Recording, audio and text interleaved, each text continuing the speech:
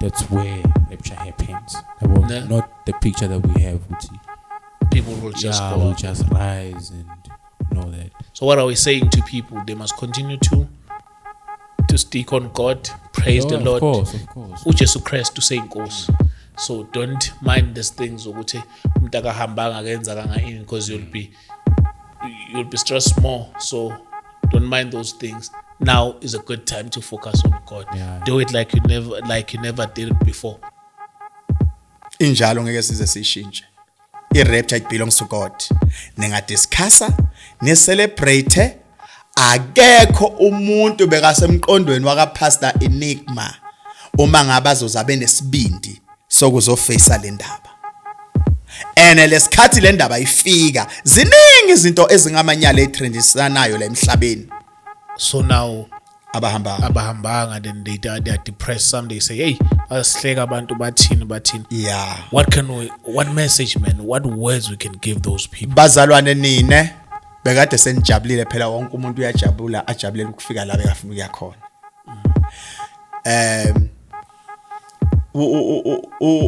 I-rapture according to my understanding, ukuze ngiseza kunina abazalwane ningilalele kahle ngikhuluma nani.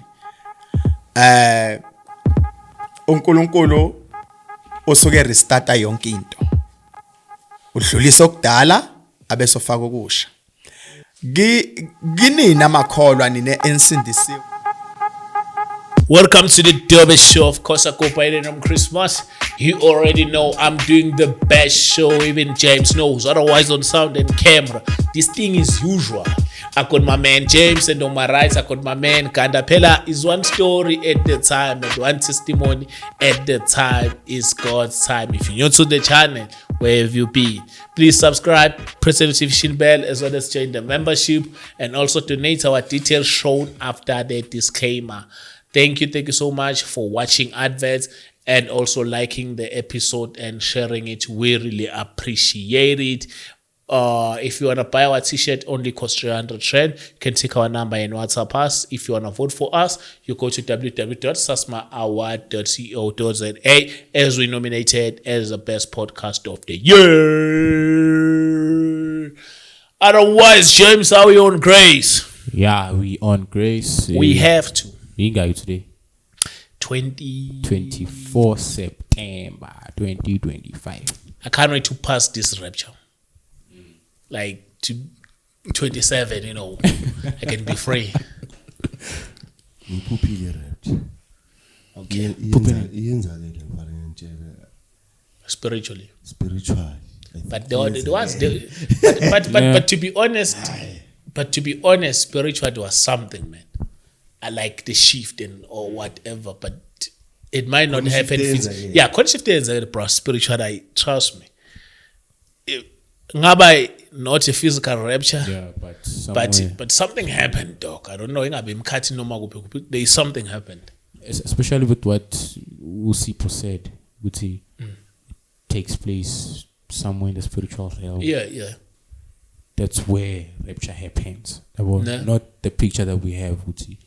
People will just just rise and know that. So what are we saying to people? They must continue to stick on God, praise the Lord. Of course. uJesu Christ useyiNkosi.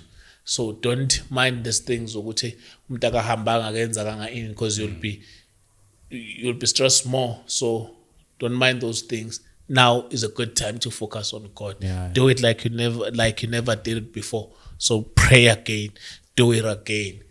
It's still time, you know, because God is King. That's all. You said we're on grace? Yes, on grace. Yeah. Tata lithini ixesha? Yes, we on grace. Ixesha lika Yesu. Yeah, we are here. Yeah. Who we have today? September. We have our favorite Pastor Reno. Our favorite, or my favorite. It's our favorite. Our favorite. We love our favorite. Yeah, we love him. We love him here. We love him here. Not like we don't like others, but we love him. Yeah. Today, also want to talk about the rapture. Rapture. yeah, maybe it's gonna tell us we're still going or Yeah, maybe ungakhona ukusichazela. Maybe yazi ngisulana. I think people no, I think understand rap ukuthi. I think uma engakhuluma from izinto ezenzakalayo manje emhlabeni ukuthi Pastor, before we go to that, welcome to the show. Kunjani? ake ngibabingelele abantu emhlabeni Yes. ngey 24 sisase ku during rapture ya njengomuntu ohlala asho mangabe ecala bingelela uthi seku late guys seku late uma ngabe sithola amadodana esibindi ke mina ngisaba ukubiza igama lomuntu uma sithola amadodana esibindi umuntu angeke amana asukeleke nje avuke ekseni athi ngedate so kuzobe kune rapture especially ehlele emasofeni wemedia abese unyakazisa wonke lo mhlaba bese uyanyakaza kusuke ngawona amandla wakhe bengisabingelela njalo bengakacala ukukhuluma ya amandla wethu singabantu unlimited. It's not easy to shake the world. Akulula ukushake umhlaba. But mangabe kwenzakele wakhuluma into ezonyakazisa ngisho namademoni lahle likhona anyakaza wonke amehlathi njo. Uyakwazi uNkulunkulu ukusebenzisa umuntu uma efuna ukukhumbuza abantu ngaye. Ngoba iproblem yethu izinto ezitrendayo manje umsangano wodwa. Trend umuntu ukuthi udlwengulile, kutrend umuntu ukuthi ushaya umfazi wakhe bamshuthe, atrend futhi sistick kulokho. Sikhohlwe ukuthi uJesu uyabuya. Sikhohlwe ukuthi there's God. Bese kuyovuka lo muntu lo thina sicabanga ukuthi useless. Noma sithi masimbheka ngoba phela abantu mawungachecka even kuma comment aka Pastor Enigma babuka ishape yobuso bakhe, babuke ukuthi akanalutho, babuke ukuthi hayi lo uyasangana lo uyahlanya. But noma bakubuka lokho babe shaken. So ila kumele ubone khona ukuthi amandla we rapture akhona. Khuluma nje namanje abantu namanje kungakashoni ilanga namhlanje ele wena lo shake ngale rapture phenduka vele. Uyabo thina shake sivuke seze ba TV namhlanje ngoba vele mayingifica nalendleleni emotweni yami ngoba phela I rapture uma sikhuluma nge rapture wena oshekekile seyifikile kuwe. Uthe mawuzwa kukhulunywa ngayo kwase kuba khona ivalo lithi gi zinuka amakhwapha bese enza into right. That's deep. So ngifuna ukuthi kubantu esinye isikhathi asiyekeleni ukujaja lo muntu osuka ekhulume into. Njoba simazi ukuthi uPastor Enigma akayena uNkulunkulu. Simazi ukuthi uma uthenga kuyiphi imall noma uthenga kuziphi itolo.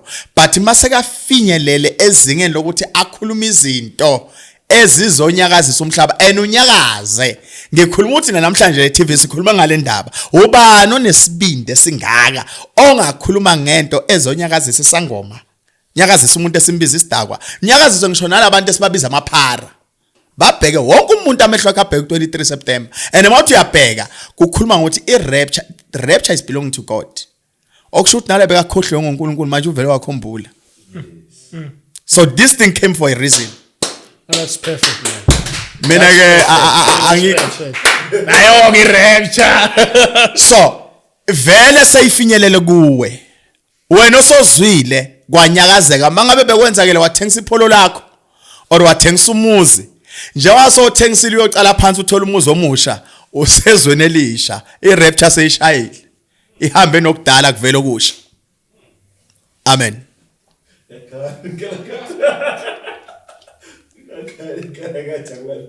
Each and everything enzeke emhlabeni bazalwane it happens for a reason. Yonke into esuke yenzeke emhlabeni akukho kwenzeke emhlabeni kungenasizathu. Ziningi izinto emhlabeni ezivelayo ezidlisa amahloni esingakwazi ngisho nokuzibuka esingakwazi nokuzibekezelela. But manje when it comes to this one ukuzibona ukuthi how big is God. Khuluma mhlawumbe lo yababa sikhashane nje less than an hour khuluma ngale nto maybe less than 30 minutes.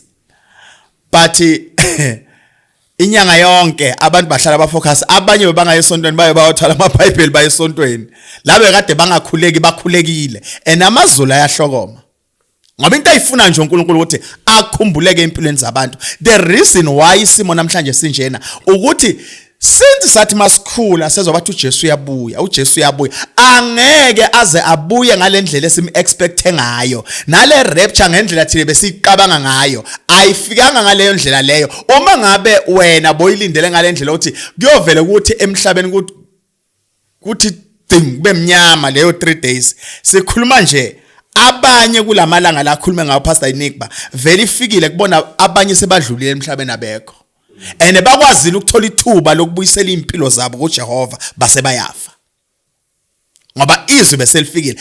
Izwi likaNkulunkulu alwathetha amanga akuhlale nje kubantu kwazeka lokho. Lo mphefemulo lebekade ufile kunemimoya bekade kunabantu abafile bephila and ngiyazi ukuthi ama antichrist they are still busy celebrating even now. Labantu abangamfundi uNkulunkulu namanje apha manga wabo nawo ke sekenzeka sifuna ukubona namhlanje izoshona wena kunokuthi uconcentrate kulawo manyala lawo ohleli kuwo. Ngabe uya understand ukuthi njengoba lo mhlaba wonke unyakaza kuyimanje it means God is there. The only thing we must pull up our socks and pray enough and give our lives to God. Masingabuyisela impilo zethu kuJehova.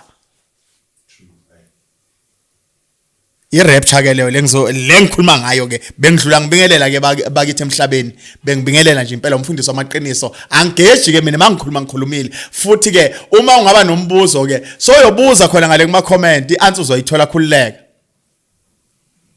ngoba manje ngiyazi abantu babhizi hayi bekana manga yonke topic then what life goes on guys impilo iyaqhubeka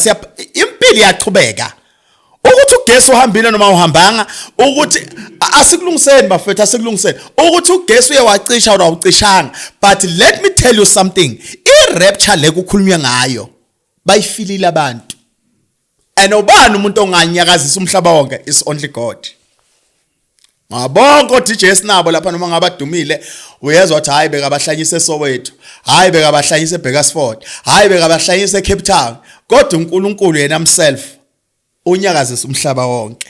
So kusho kona ukuthi legama le rapture liphume for a reason and abantu abalizwile they did repent and abanye ngikhuluma nje namanje they are still in the process. But ngodwa Nkosi ngingashayi u12 o'clock namhlanje ngingakabiyela esandleni sakho Nkosi ngoba kahle kahle ngazi ukuthi after 12 o'clock kuzowenzakalani. Vele sonke nami njengoba ngihlela esofeni manje ngikhuluma kanje ngiyalungisiswa injalo ngeke size sishintshe. I-rapture it belongs to God. Ningadiscussa, ni-celebrate. Akekho umuntu bekasemqondweni waka Pastor Enigma uma ngabe azozabe nesibindi sokuzofacea le ndaba.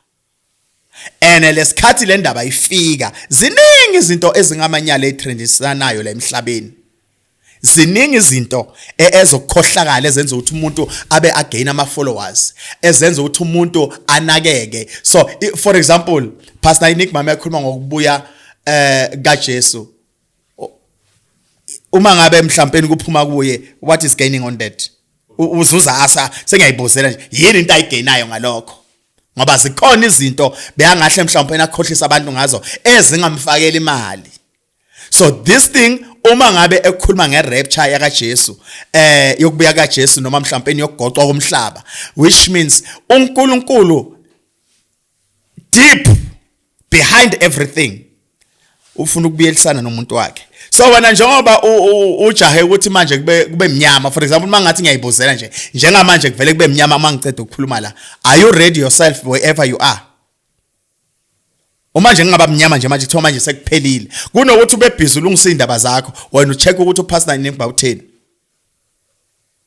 I-rapture bafethu into ekhona futhi nje mina elokugcina ngantshela lona, yekelana ukuyihlanyisa mangabe nifuna ukutrenda nithi uNkulunkulu akekho. Yekelana ukuyihlanyisa ukuthi indaba kaJesu ayikho, uNkulunkulu ukhona. If you can check izinto ezikhulunywe izwi sisase Sunday school zingakenzeki namhlanje at my age ngiyazibona ngosizi yenzeka. So ubani lo muntu bekafunde kanjena aziyo ukuthi after 30 years or after 35 years or after 40 years kuzowenzakalani? Who was that person? Uma ngabe loyo muntu bekakhona, he is God. And uyena simlindele ukuthi masakabona ukuthi mina nawe wena obhizi ogolozayo sowuvumile uthi yena ukhona then uzosonga ene wena ophendukile osukholwa ungapheli inhliziyo yothi ubiya nini ngoba kunalomuntu ongakaqedi ukuphenduka uNkulunkulu akekho selfisha uNkulunkulu ube bekafana nawe wena oyitshela ukuthi ukholwe kakhulu ngabe kahle kahle sidla kanzima etoilet besiyocela kuwe makumele siye khona so manje ngenhlanhla uNkulunkulu wasenzela ifavor yokuthi singambona angahlali nathi ene angabi nefavorite yakhe asithande sonke ngoba iproblem wena masokholwa sowusindisiwe ukhohlwa ngalabantu abangakakholwa ene wena mangabe sobona ukuthi usatisfied with everything awu understand labantu abasuke bangekho satisfied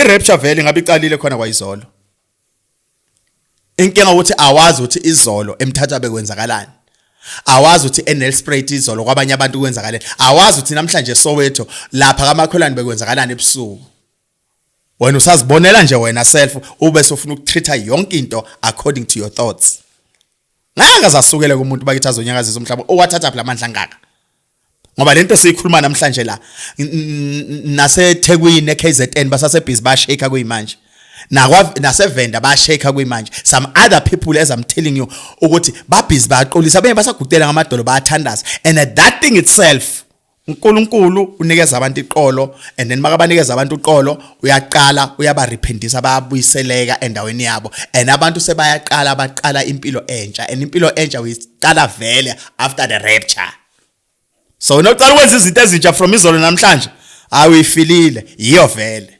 confirmed amen that's man that's powerful amen kunjalo nje yeah That's good to show something. yeah what is it ukuthi asazi ukuthi eZimbabwe bukenzakalani izolo or manje. bro abantu Sazi baqale ukuthi- ukujudge nge22 ukuthi ayenzeki irapture what is bothering them that much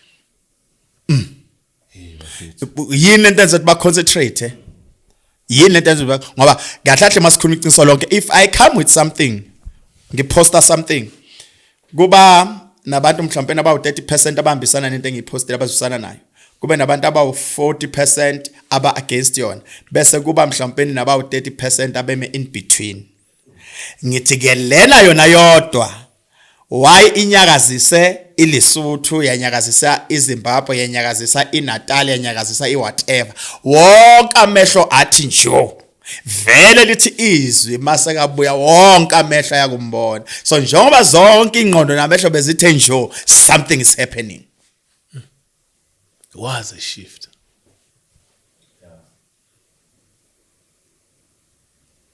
and it was just a reminder that And ngivele ngakhumbula lento yokuthi uSipho mentioned ukuthi irapture spiritual sibone it's a secret. He said something like that, James. It's rapture. It's a secret or something.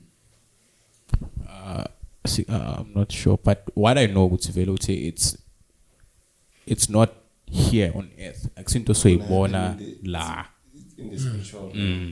which abantu they would think we're making excuses yeah they'll say yeah nathi sondiza then now manje sekuyi-spirituality they will think we're making excuses but this is the truth but izondiza phela abantu bebeyitshela ukuthi sizovele sindizwe yabo siye phezulu so bona befuna lokho ukuthi besibone sindiza besivalelise manje bona mandiza benivalelisa bangobani bona Basiza who can stand for that and why should iproveke kubo who are they nanokuthi bra this thing is bothering people who are not the kingdom of God people who says uNkulunkulu akekho this thing is bothering them why is bothering them that much that's why ke njengoba yenzeka lento na indlela ikhuluma ngakhona kusalindwe ebona kwabona bafuneka embusweni at least this was a reminder that uNkulunkulu ukhona ikhona vele beside the reminder is happening njengoba sheikha njengamanje some of them lo selo sasebhisegoloza lo munye akasagolozanga uvele wa repent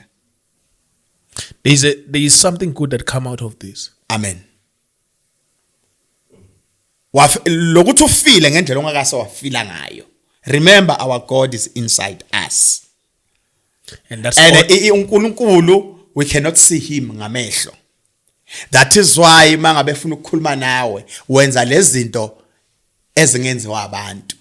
We can plan with you ukuthi we want today to do this, but uNkulunkulu mefika kuwena athi take your direction siyothi thina wena usijikele kanti cha, God was talking to you. So kunabantu abayifilayo le rapture, as much as nathi we never planned to talk like this, but by leading with the spirit nokuthi singa confuse umhlaba. Kahle kahle kunalento engithanda ngoNkulunkulu athi you take it or you leave it. Izwi kaJehova li straight.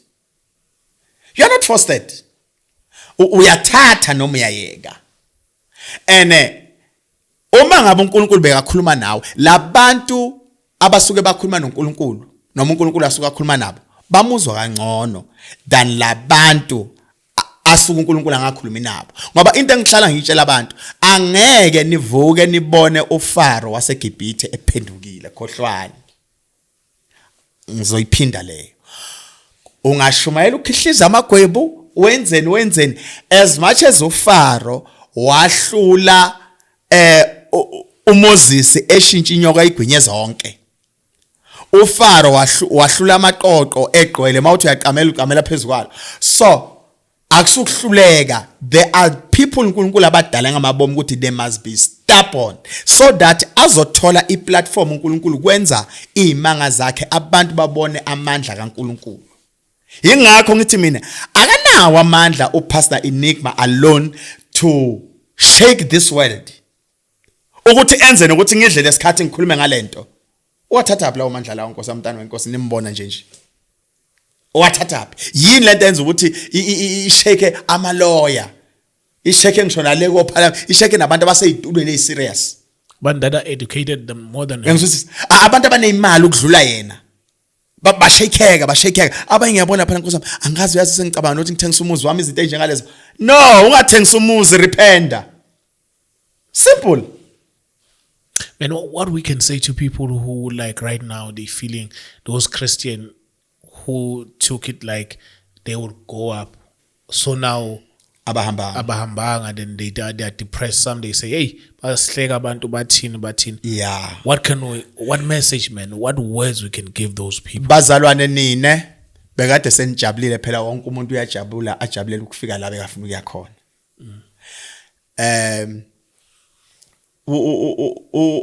I-rapture according to my understanding, ukuze ngiseza kunina abazalwane ningilalele kahle ngikhuluma nani. uNkulunkulu usuke restarta yonke into. Udlulisa okudala abesofaka okusha. Ginina amakholwa nine ensindisiwe nine ebekade seni ready ukuthi manje niyahlwithwa. Naze ngoba into ebanikeza i-depression nabo manje ukuthi bese bajabulele ukuthi inkosi yethu sesiyoyibona ebekade sikhonze eminyakeni. And when they are depressed, they make the other kingdom happy. Now it's where the other kingdom can come and attack and win. Ngifuna ukuya kubo njengamanje. Njengoba lapha efamily mzalwane uNosindise ukholwa. Abantu bebakuthuka ukuthi uphi lo Jesu wakho. And manje besawubona ukuthi nangu uJesu sekayeza manje. Lapho kuleyo family yakho kunabantu bebahlala bakuzwisa ubuhlungu ukuthi kodwa Nkosi yami baphenduka nini.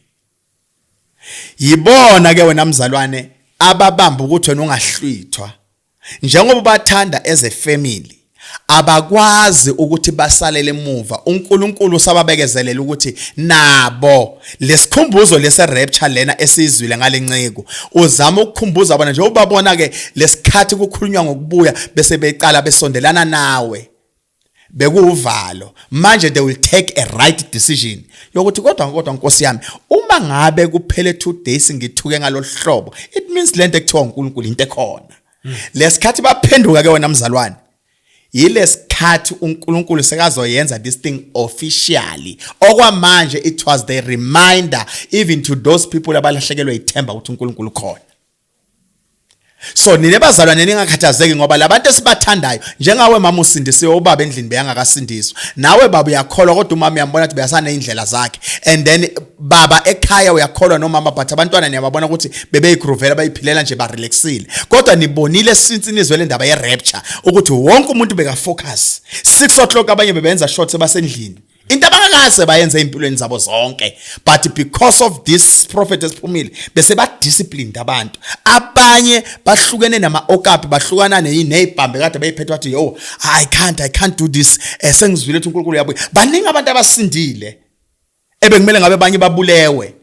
Abanye mhlawumbe bafuna ukuyobamba inkunzi, but mabezwa ukuthi ngathi lena inyanga yokugcina uyabuya uJesu bavele bayikhuza. This thing happens for a reason. Let's prophet osiphume for a reason. Ninemakholwa musana ukuba selfish. Mina ke angizokuncenga nizongicolela ngoba niyangazi mangikhuluma inkizwa ngincenge vele. Musana ukuba selfish nine any feeler offended ukuthi mhlawumbe kuyoshaya namhlanje i24 still ingakenzeki lento nizohlekwa abantu. Ninekhumbulana ukuthi ukukholwa kona kwethu sodwa. Nalabantu abangakholwa kufanele bakholwe. It is compulsory. Kahle sehambile nje silinde laba abasele. Kodwa imessage kulabo abasele abakude noNkulunkulu it is delivered. Amen. And it is delivered, like everyone heard it. And now so leyo iclean ayifuni discussion ukuthi angeke sihambe makholwa sishiye ihlobo zethu, izithandwa zethu, izingane zethu, labantu esibafavorayo esilokhu sibhizi sibatshela sithi kodwa Nkosi yami ikhona inkosi, ikhona uJesu, ikhona uNkulunkulu, bangasizwise sibase reject. Kodwa uNkulunkulu ayovusa lenceke ethi ngedate so. Bangaka abantu since kuphume lesipropheto abavele banyusa amasokisi. Abanye baqala ukwenza kahle. Abanye ngutshathi nema sleep over. Ngisho mina amanyala la kuyolalana bebezilile abantu bathi ngifuna angithola impela ngibiyele ebutshitshini bami. Isizile lento. Leni sizile le ngempela. So now it's time to stand firm with God and ilapho kumele sibone khona ukuthi mangabe sishekiswe imessage evele kumuntu. What about uNkulunkulu himself? Imessage yalokubuya kwenkosi lesithole manje isinikeza isifundo sokuthi if usomhlaba sithuswe ivoice yalenciko, what about the owner le message la ibiya khona? Could be worse. So man shekwa ile zinto lezi bantu benkosi biyani nganeno. Yabona nje mina nginankinga ngenza nama ngibuya mangiphuma la ngiyongena emotweni yami. Vele kuyobe sekuyi final ye rapture. Akusenani kodwa uyangibona angirelaxile anginankinga. Ama plans ayaqhubeka. After this thing guys, ama plans ayaqhubeka, impilo iyaqhubeka. And kunabantu after lento lena abazobona into zabo zenzeka ngoba kunala bekade ba relaxe khona, but bathe mase bavuselela bezwa this thing bazomangala impilo abazoyiphila after e24. Blessings. Amen. Cela ukubuza Pastor. Amen. So ufikela umqondo la ukuthi angithi akhona basitshela ukuthi isiprophet siyatest. Yeah. Test. So is it safe to say, based on what you've just said now, ukuthi for the mere fact ukuthi les prophet sisisheke umhlaba, Yeah. is proof ukuthi uNkulunkulu The owner. Yeah. Kushuthi kahle is propheto when you prophesy usukukhuluma ngento abantu abangayiboni. Ikhona kodwa abantu abayiboni. Uma ngabe lento okukhulume ngayo ingakenzeki kodwa abantu banyakaza, what about maseyenzeka? So iquestion yami ukuthi angithi nginokuzwa social media abantu bakhuluma ukuthi hayi lo muntu hamba ne demon yabona nani washo siningi nje into ezinegative ezikhulunywa. So uSathane doesn't have the power to shake umhlaba. Ikaso uma bathi lo muntu uhamba nedemon angifuni ukubaphikisa ngendlela ukuthi baze bafile ukuthi kahle angibafuni, ngiyabafuna kwayibona. Ngifuna just ukubanesa kodwa ngibanese ngeqiniso. Uma ngabe kuthiwa lo muntu unedemon abese ubatshela ngoJesu, abatshele ngoNkulunkulu ukuthi uyabuya. Idemon lingena phi lapho? What kind of demon can say? ngifuna ukwazi lingenaphi idemon. Okay, yikuphi okune demon phaka, like mangabe uthusa abantu ngoNkulunkulu ophilayo, uthusa abantu ngoJesu ophilayo, and then idemon lapho libenefitani kuphi kanjani lingenaphi uma bangacacisa lapho ukuthi idemon ke lona lingenaphi. I think i-question kaGanda iya ekutheni ukuthi yes uzobathusa nge-message kaNkulunkulu ukuthi uyabuya, knowing very well ukuthi it won't happen. Yeah. So we know ukuthi there are some people ukuthi post lamalanga lawa, Yeah. they will say ukuthi should ayikho lento le. Yeah. Yabo. Thank you. Then bavele Babuyele emuva. Akusinkinga lokho. Vele kahle entweni zikaNkulunkulu asenzelani ma favor bakithi. Kunezinto ekumele si understand. Phela ngeke sikuncenge ukuthi uvule umlomo udle ngenkani.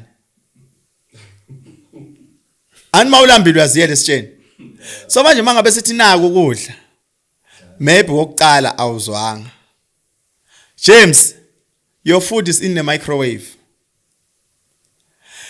Then ubese uthi okay. My fathi mina mase ngibuya ngithathe lokudla ngivulisa umlomo ngenkani ngudlisa kona. Phela umuntu ozothi yena ngoba ayenzekanga le rapture, I'm going back, vele bekangekho, asizogwajiswa wena futhi ngeke siyeke ukukholwa ukuthi uNkulunkulu ukhona. Is none of us. Akusasa umsebenzi wethu. iBhayibheli wayinona liyasho ukuthi mase nikhulumile you are done. Sekuba kumuntu. So ngeke phela manje ke sesihlale singathi siyagodola noma sigcoka amajezi ngeke ngothi wena sobuyele emuva vele bawungekho bozokoba. Umuntu mangabe bekazochecka nje bayazokoba vele mayibona ukuthi lento bekacabanga ukuthi kufanele iyenzeke ayenzeka uzozibuyelela emuva, but umuntu one understanding uzohlala Because ongazilanga irapture. vele masiko ngilento engihlala uqoba, it means you were shaken. Yeah, sengisho ukuthi uma ubuyele emuva it's like phela irapture yenzeka wena ubuyele emuva manje kanti ukuze ukuthi wena kube nerapture kunjengalento yokuthi rapture kunjengale ukuthi wathi umuntu mina ngimbona uNkulunkulu ukuthi ngimkhonzelani ngoba umshado dololo usuke usijwayela kabi lapho lapho nje usuke usijwayela kabi ngoba akakasi uNkulunkulu athi khonza mina ngizokushadisa. So kunezinye izinto bazalwana inkosi yami, that is why ngithi mina yabona kwayona le theology lena eyelwe Bible school ifika isimoshela izinto kwesinye isikhathi. Hayi intanga zami ziona ama taxis zineimoto eziserious, mina uNkulunkulu ngiyamkhonza angina uthe uNkulunkulu khonza uzobe uthola driver's license uthola imoto.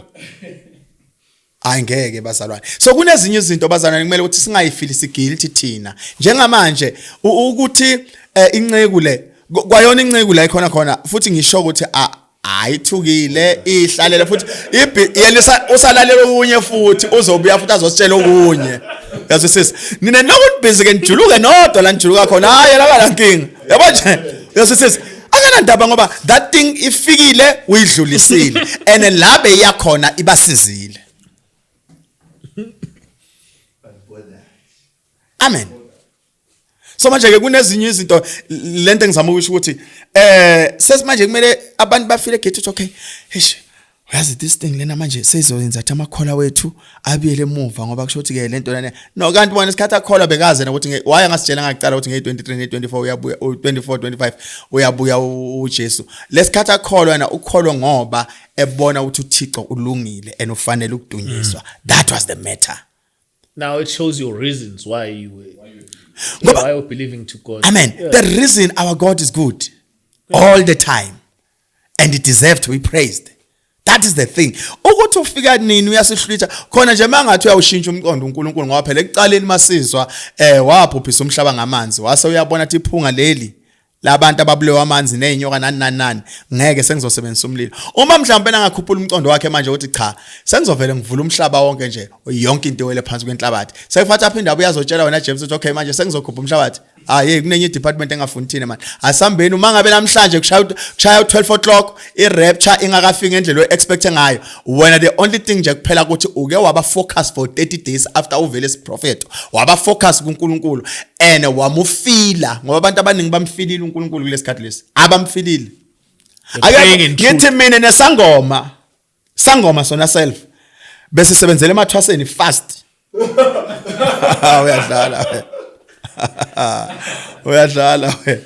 Ngitsho mina sangoma uma ngabe ithwasane bengimele ukuthi liphume ngo November.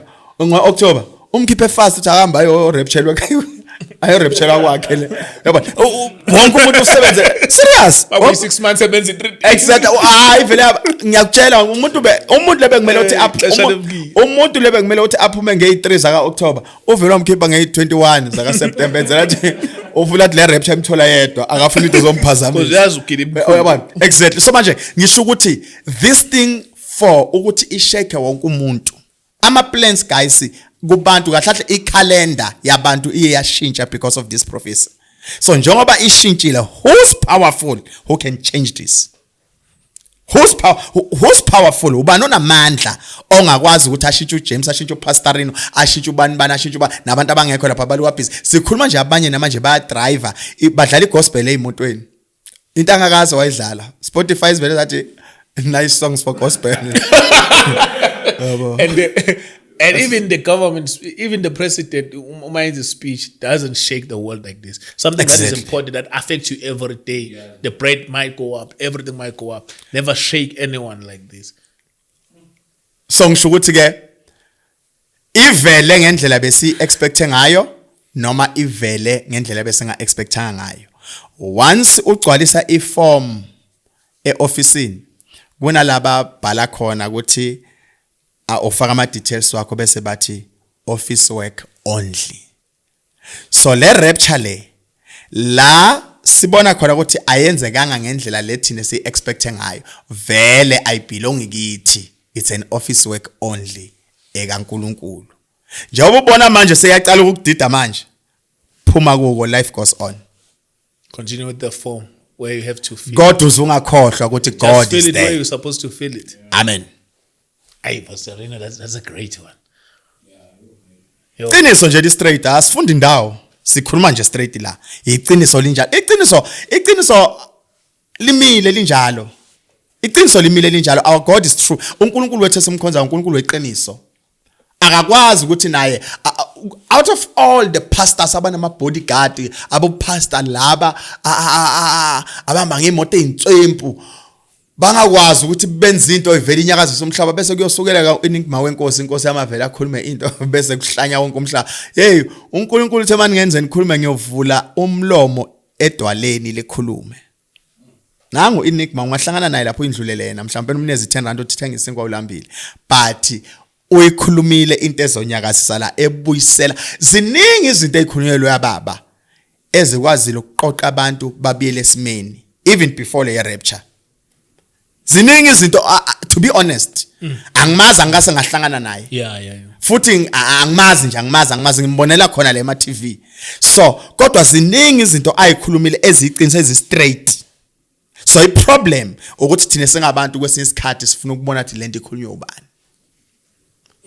ukuthi now people forgetting ukuthi nezinto ayikhuluma zashintsha impilo yabo but now with a single that's a mental of a human being ungamenzela everything but the day you will do one mistake they will bury you kwayona i mistake that we don't know if it's kwayona i mistake lena ngoba phela mangabe sesithi one mistake it seems like siyayazi kwayona i mistake abantu bayakwenza ukuthi ube ne mistake ngoba befuna ukubona i mistake that's why I spoke about influence yesterday yabona influence exactly so abantu njengoba ngihleli la bangayibona kimi ni mistake and babaqeda ukuyibona bathi mabekhuluma ngayo nawe boseduze kwambo ungayibona ugcine sawuyibona because people they were looking for the mistake. I think there are people that have been looking for the mistake. By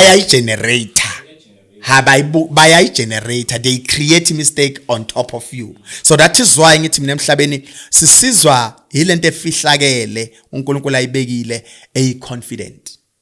Once the thing that we are living ngoba laba bangandlela mina ngimbuka ngayo lento ikuye obomcheka umayikhulumile futhi akabiyele emuva and emayikhuluma akayiqabanga the more avula umlomo uyaflow ayihambe kanjalo and kule nto leyo phela kahlahle ibruku mawuthenga Mr Chris uthenga usize wakho webruku ofike ukunele la but ube mude enyaweni akusho ukuthi malilide enyaweni akuyona size wakho usize wakho so wena umsebenzi wakho ukuthi uligobe lapha enyaweni so why besifuna ukuthi upastor Enigma avele aqonde asilingane sonke somewhere somehow uzoba nokukejanyana okukhombisa ukuthi akayena uNkulunkulu.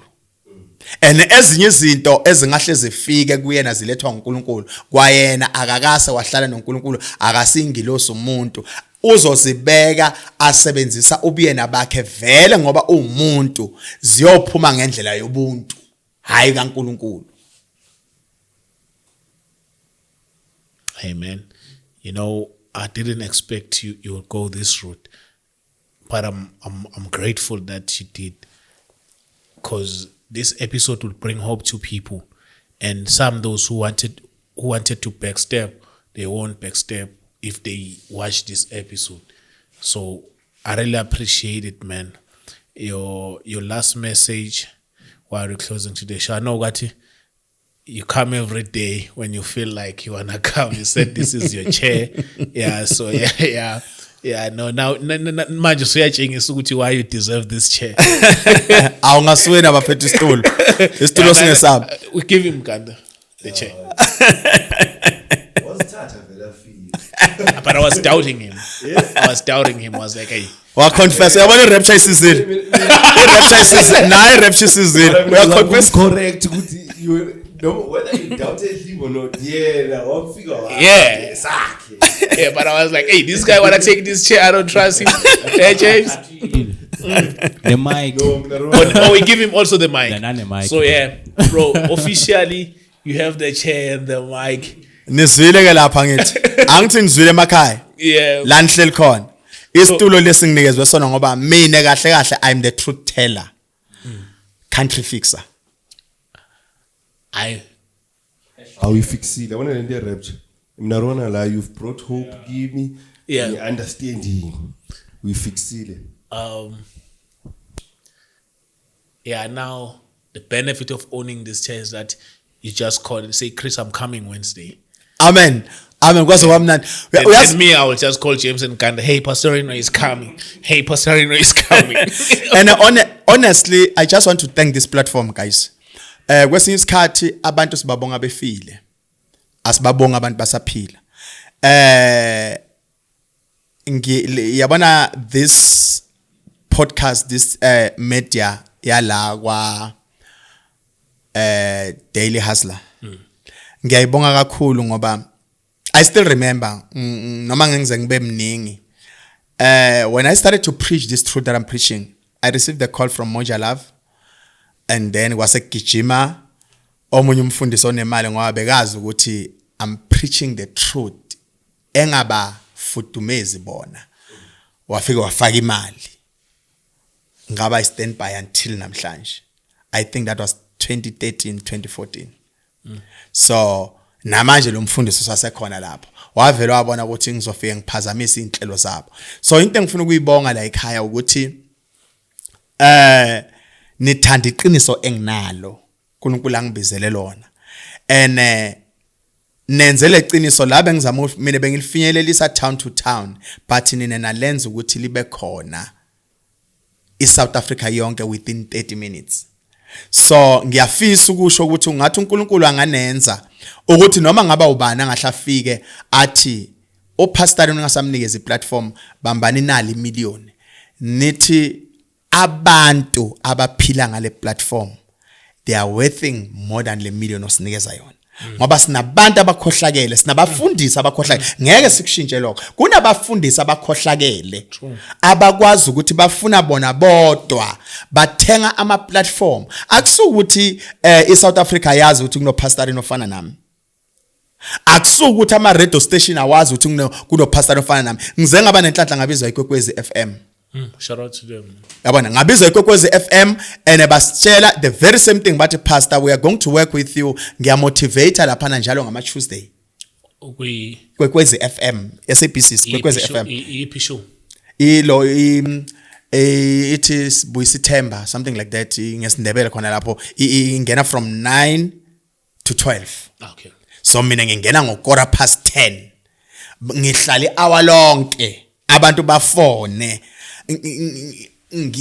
ngikhulume straight ngikhulume nabantu basejele ngikhulume na whatever. So ngibonga ukuthi noma sekukhona icorruption emhlabeni sinama platform afana nale TV engihleli kuyo namhlanje afana nabo Kwekwezi FM ekuvuka ama presenter azothi mayekubona ku TikTok afuna inamba yakho akufonela athi ngicela uzoba khona ohlelweni lwami uzovuselela ithemba kwabaningi so ngilento engifuna ukuyisho ukuthi madoda ngiyazi nezingane njengoba nina le platform lena niyafuna izingane zenu zifunde izikolo lezi eziserious niyafuna ukuzibona nihlala ko Santini niyafuna ukuzibona nihlala kuphi but into engiyibone ngani nifuna ukuhlala kulezo indawo ngeqiniso ayingamanga yeah man it would be so mina ngingedwa nje nginishayela izandla futhi ngingedwa ngithi uNkulunkulu ngathi anganenza nibambane ngalomoya nibambane ngawo nanoma imali engangena ngoba mina slogan sami sinjena imali khona imali ayikho iqiniso ukudla kwami petrol imoto ine petrol ayina petrol noma kwayona le moto sekufika isimo sokuthi ngiyithengisa ngenqothi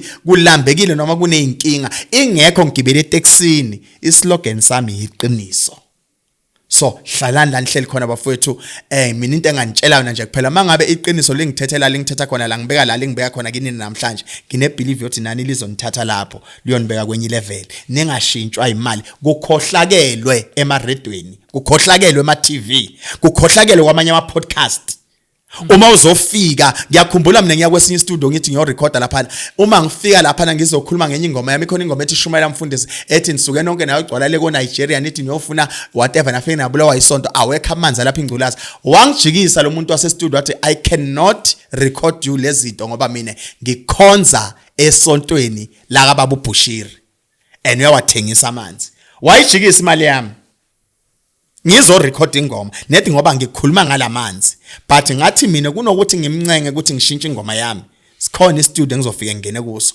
bangafuna ukwazi ukuthi ngithini and the song is trending the power of God amen so ngisho ukuthi guys kule part lebesikuyo uNkulunkulu khona uthanda ungathandi into confuse abantu namhlanje ukuthi bacabanga ukuthi uNkulunkulu akekho is because of abafundisi bagqoke ama mask obufundisi akubona abafundisi yilama mask abawugcokile ngoba kahle kahle umfundisi ukuthi umfundisi waziwa yini esontweni but abantwana ekhaya bamazi umfundisi yingakho abaningi futhi ababuyele ngaphandle le uye uzwe lapha kuma social media uthi hayibo lo muntu lona thina wasuka lapha edriver igandagande lima la kanti sofike South Africa waba umfundisi omkhulu kanje so which means kahle kahle imask abafike bayithatha bayigqoka just to search your pocket and mase baliseshile pocket lakho ngenxa ukuthi sebajwayele ukuthi badla ngobufundisi and then sekugcina ke manje nakithi le mask seyajwayeleka mase simbona sibona upastor wethu that is why manje mawungakukhulume ngephutha noma ukhuza iphutha lokamfundisi abazalwane bangakudla ngamazinyo ngoba abasathanda uNkulunkulu bathanda umfundisi so kodwa ke mawufika kupastorino ke ufika ku stop sign angikhathalela kuthenjwa mina njoba ningibona mangiza lapha ngena bodyguard ngihamba one man nginjalo abantu abaningi baye bamangali mama ngibona emamoli bashutha nami ukuthi hayibo uyazi umuntu ngalendlela obrave ngakhona mawukhuluma ngathi uzohamba nama bodyguard ngithi for what good reason impilo ngempela ngoba ngikhuluma mina ngoNkulunkulu ngikhuluma ngeqiniso why should ngihambe nginovalo ngithuswa yini hayi phela labafundisi laba exposer izinto zabo they are going to kill you ngathi hey phela uma sebangibulala uNkulunkulu engiyeka bangibulala kusho ukuthi ngizobe sengiqedile umsebenzi wami let it be mina I trust the God that we are saving uNkulunkulu ngimthemba ungidlula like nobody's business sexually uNkulunkulu nje ngimthemba nje ngendlela mangathi God is there bazalwane ngifuna ukunitshela nje kuphela ukuthi rapture or not rapture but okusalayo le feeling esheke wena nomndeni wakho it is the power of God. He's like that. Lithi iBhayibheli akanele ezulwini inyawo zakhe ezilengele emhlabeni. So mcabange loyo muntu loyo. And njengoba anganele ezulwini inyawo zakhe ezilengele emhlabeni, ubabona ukuthi lento esheke yonke lento le is God. And God knew ukuthi kufanele kufika imessage nje. That is why ayiwayifikisa lapha engqondweni yalenqiko. Yathi mayikhuluma yathola indawo eright ebantwini. Abantu bacala batatazela njengoba ngukuthi athi namanje umuntu beyahlala idlalela iR&B.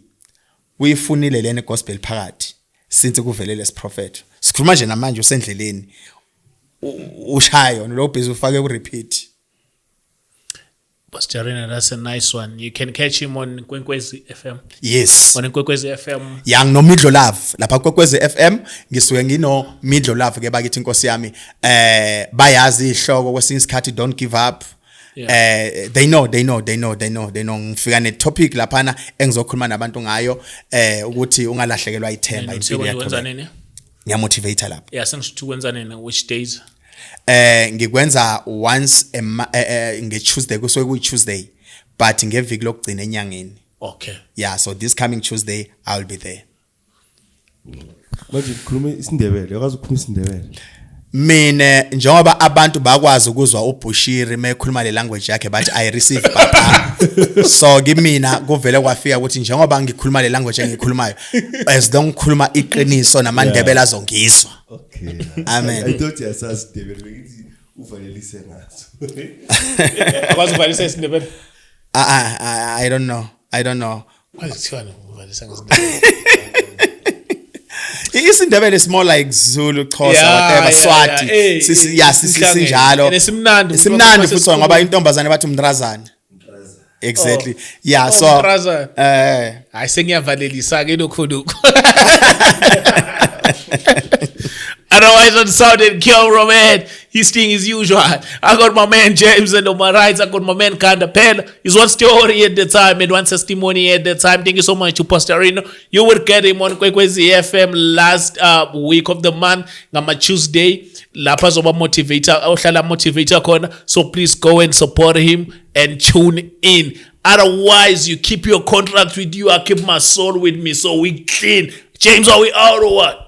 Yeah, nathi Pastorino as a Chris Network sisanda ukuthi sibonga ubuqiniso bakho. Yeah. Hayi siyabonga. Yeah. Naila spon Chris Network. Amen. Na 2K le Chris Network libonga. Amen. Hey, we out.